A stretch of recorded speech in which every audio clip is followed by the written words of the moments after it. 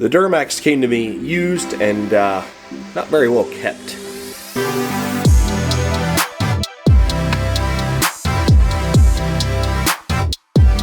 Mechanically, I think it was very well taken care of, as evident by Carfax, and it was a single owner, and the fact that even under the hood they wrote down when some major service was done, so that's stuff that I don't have to take care of.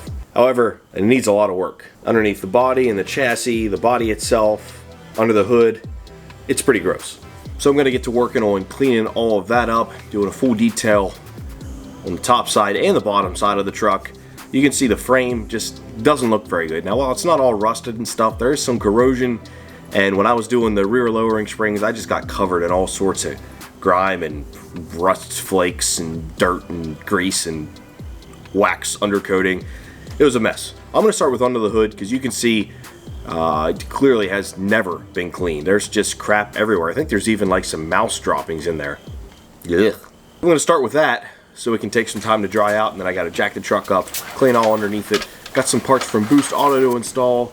It's going to be a packed episode. Time to clean this baby up.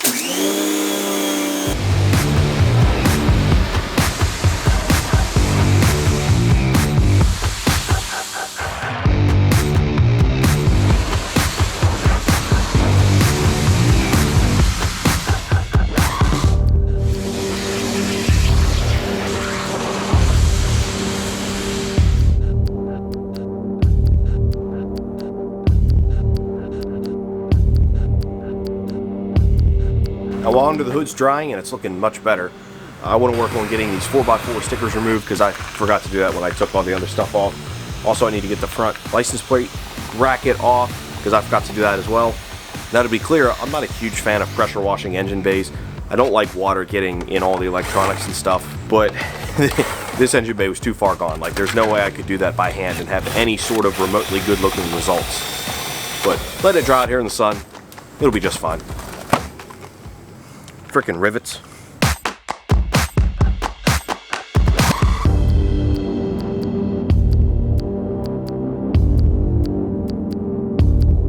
Easy parts are done, looking much better. Now I'm going to jack it up one side at a time and then just start power washing the crap out of the underside of this and seeing what the end result is. I'll do some sort of coating, but I haven't decided what coating. I also got to see how this turns out when it's done.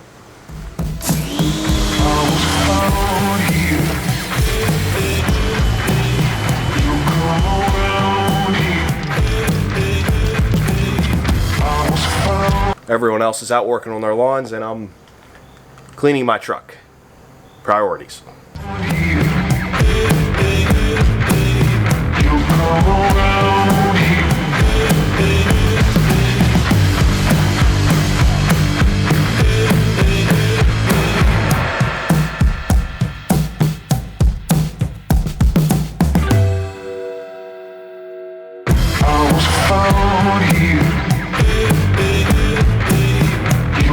Pressure washing of the underside and engine is all done. As you can see, maybe you can't see, I'm pretty much covered in it. The stuff that was coming off that truck, it's like, we'll call it muck. It's gross. I mean, it was all up in the fender liners. There's fabric fender liners all over the frame, everywhere. I mean, it's just wasn't ever clean, I'm guessing. Probably sat outside. I'm not sure what the end result will be. Once it dries, I'll inspect it, but I'll probably end up doing this for a second round at some point. But for now, I gotta actually wash the rest of the truck because it's gross too.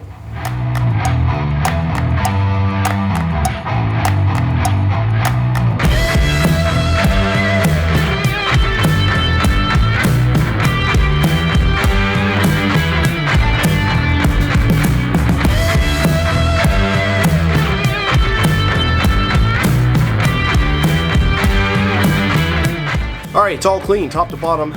Now it's time for clay bar. That's to get it in preparation for paint correction all around because it desperately needs it. I'm sure it's never been done in its 7 years of life. And that will be to prep it for the ceramic coating, but also to get, I gotta take it to the dent guy, get that big crease out, get some other stuff out.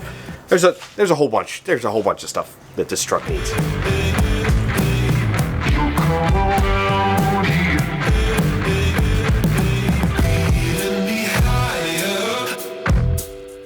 It is nice and clean, boys. Clay barring is all done. Got it all dried. Looking nice. Engine base looking nice. It's all looking about as good as you can expect. Frame No longer has like that sticky film nastiness on it. Next up, I have some parts from Boost Auto for the mirrors, but I'm running out of daylight, so that's gonna have to wait until tomorrow.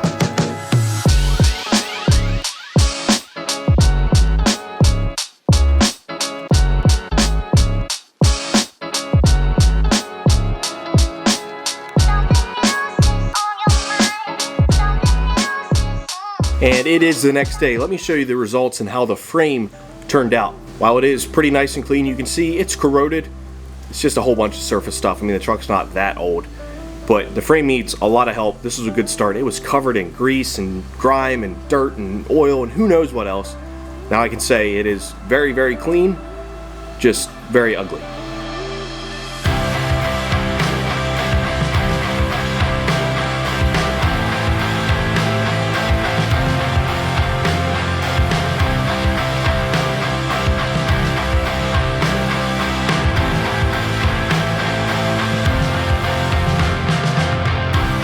You know, I'm trying to show off the parts to you guys, but my workbench is like completely filled with freaking parts from this hunk of junk. Stuff's just scattered everywhere. Anyway, parts from Boost Auto. Big thanks to those guys. They make great parts for these trucks, especially mirror parts. They make a ton of mirror parts. The factory lights in my mirrors are obviously standard tow mirror lights. They have all the little dots, kind of ugly, and they don't flash with the turn signal. I know, it makes absolutely 0 sense, but that's GM's way of thinking. The glass, there's a little arrow on the glass, that blinks. Boost Auto sent some wiring to make the front signal actually flash, and then some new lighting as well. And they also sent me wiring to make the little white cargo lights on the mirrors. They only come on with the button, the cargo light button, but now they sent me wiring where they'll come on when I put the truck in reverse, because that is beneficial to have more lighting when backing up. So with all the boring car cleaning stuff out of the way, let's get on to some modifications. The first thing I gotta do is pull both door panels off, which it's not too bad, but it's stuff like that I hate. I hate like interior finicky parts, but gotta do what you gotta do.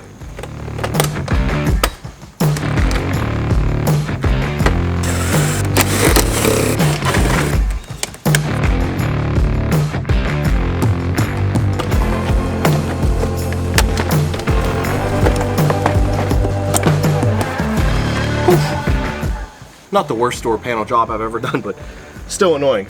All right, now we need this wiring here. Making progress. I just realized I don't think I need the door panel off. I think all the lighting is already in the mirrors. Take them apart, hopefully not break them, but I've broken a few sets before.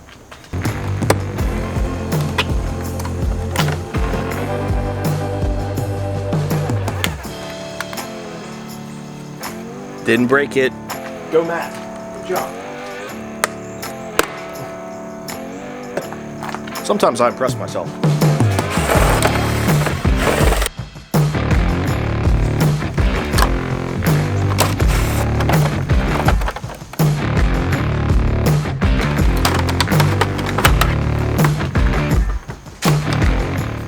Way better already.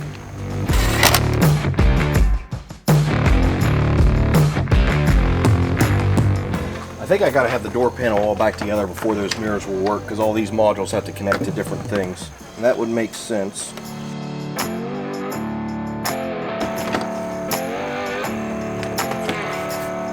Now they work.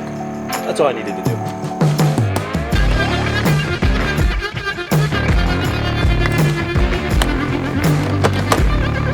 Sweet, that's done. Preliminary, let me show you what they look like. Pretty freaking sweet.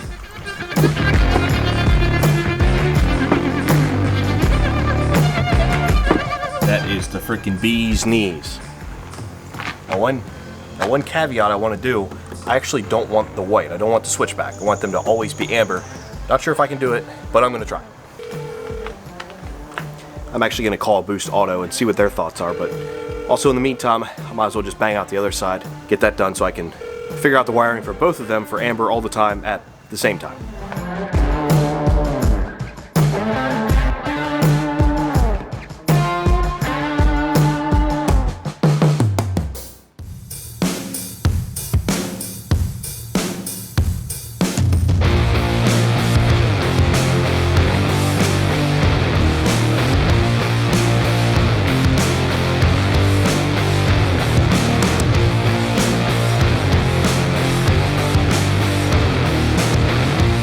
After looking at the wiring, and I was on the phone with Boost Auto, right now I can't figure out how to keep them amber all the time, and they don't have a workaround for it yet either, but I think it's coming. I think I can figure it out. I might need a resistor or a diode to do so, so for now I'm just going to put them together and run them. It's not that big of a deal, just to pop the glass off and that plastic piece to get back in there and change it, because I do want it amber eventually. And the reason for that is I like when all the lights match. Cab lights are amber, marker lights are amber. I want everything to be amber. I think it looks good on white. It looks good on anything, really. I'll figure it out, but for now, I'm gonna get this other mirror put back together. Passenger side is finished, looks pretty killer. I'm excited.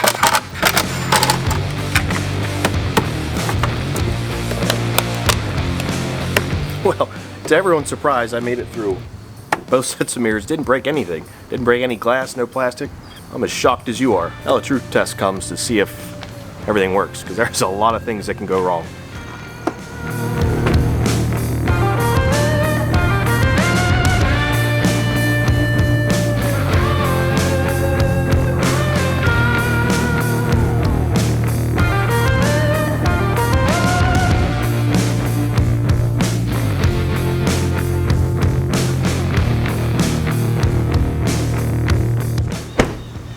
Now, on to the next wiring project. Currently, and as with all these, I think, factory, the cargo lights in the mirrors don't come on when you're in reverse. They only come on when you press the cargo light button in the center console. I like to have more light at night, so we're going to fix that. While the last job wasn't hard, this job is super simple. It's basically just 2 T-taps and some resistor or diode or whatever you want to call it in there that connects them both. Anyway, of course I could just push the cargo light button every time I back up, but I'd rather just not. I'd rather it just work on its own. So with this, I'll put it in reverse and I'll get more light. Pretty simple install, should take like 5 minutes hopefully. We're going to clip our T-tap onto it. Let's kind of pull it off to the side of the pink connector. Pull that down. Now we're going to be working with the brown and white wire here in pin 26. So we'll just take our T-tap and clip onto that. Now we're going to take our module and we're going to connect it to the 2 T-taps, just like so. Now the orientation of this module is very important. The side with the blue ring goes to the brown connector over here. And then you'll take the other end and connect it. Oh, that was easy enough. Shout out to Boost Auto because their video instructions are awesome. Now let's just see if it works.